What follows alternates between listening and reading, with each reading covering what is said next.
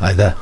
I want to look at the shape tool and how to make seamless textures today. They're both combined. Seamless textures are similar to how you'd make wallpaper, I suppose, if you're going to make wallpaper from the walls rather than on your desktop wallpaper. And it's a way of making an image tile, so you can kind of lay it out, as the name suggests, with it seeing the seams. But we're going to look at the shapes first. By default, you have the rectangle tool up here. But if you right click on it, we've got custom shapes down at the bottom. And these are kind of the equivalent to maybe like clip art. Once you've got it selected, you get a menu up at the top, and you should have a whole assortment of pre-made shapes. Everything you can think of. Now I have noticed these make my computer run a little bit slow. Why? I don't know. Let's pick some flowers anyhow. What have we got in here? That's quite a sparse array of flowers, but we shall go with, what should we use? Let's have that one. That will do. Now flowers are created using vectors. All the shapes are created using vectors. So you've got the option of filling them with a gradient of your choice. That's what we have. Flowers, greens, greys, iridescent, pastels. Oh, let's go with pastel. That's pastel coloured flowers. And the stroke is the width of the borderline surrounding them. I'm gonna make it like let's go 0.6. Anything you like, really. And then to put one down, you left click, keep your left button pressed, and then if you hold Alt, it will scale up from the center in proportion. Or is it Shift? Maybe Shift. Well, Shift scales it up, holds it proportion. Alt and Shift will do it from the center. So you can let go once you're happy with the positioning, and you can see it's showing all the points of the vector lines. I'm going to create another layer. I'll just drag out another one, holding Alt and Shift. Well, click, then press Alt and Shift. Let go, please click, and it puts down another one. Now you don't want any of these overlapping the edge of the image, because this will cause us problems. We'll stick with the same flower for now. Let's just do another one. Hold down Alt Shift. See, that one's going over the edge. Don't want that. So just release it there.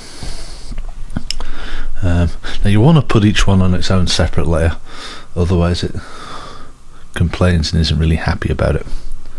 So right, let's call that okay for now.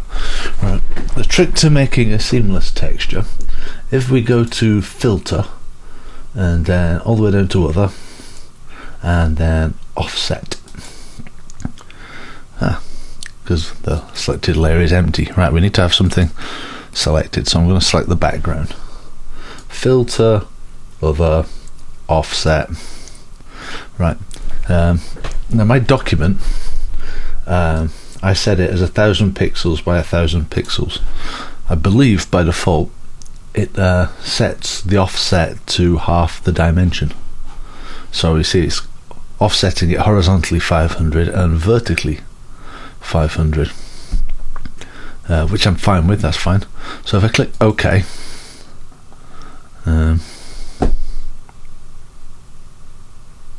oh dear. Right, we've hit a problem. It's just offset the background layer, which has nothing on it.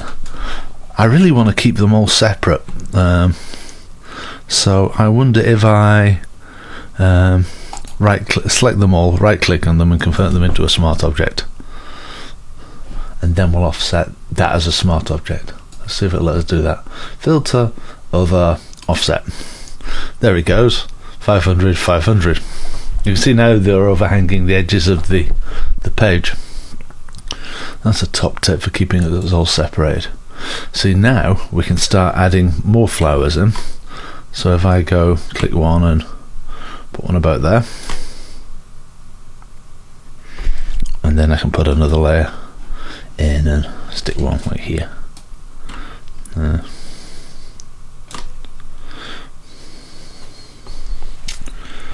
And one more layer, another one just about there. Okay, we're happy with that. Right, next thing I want to do is go to edit, define pattern.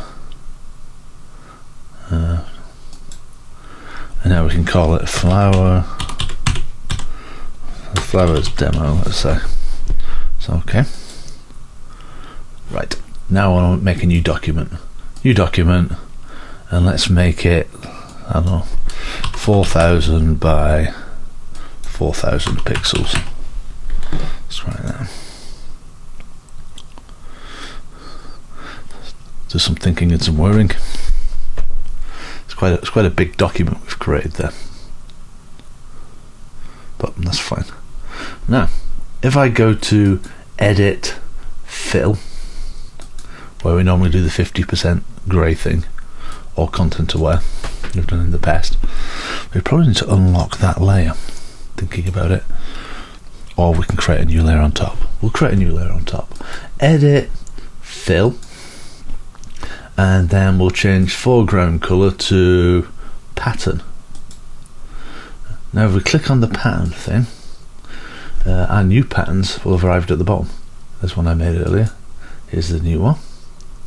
And then we click OK, and it automatically fills the whole page with the seamless pattern. And you can go as big or as small as you like with that, and it would just continue to fill up seamlessly. So you could do wallpapers using this, you could do borders, fabric design, any number of things. Give it a go, see how you get on. And yeah, like I used a pattern, we could do the same thing with an image, I'm certain. So you could just place images down and tile those seamlessly. Brilliant, thank you for watching.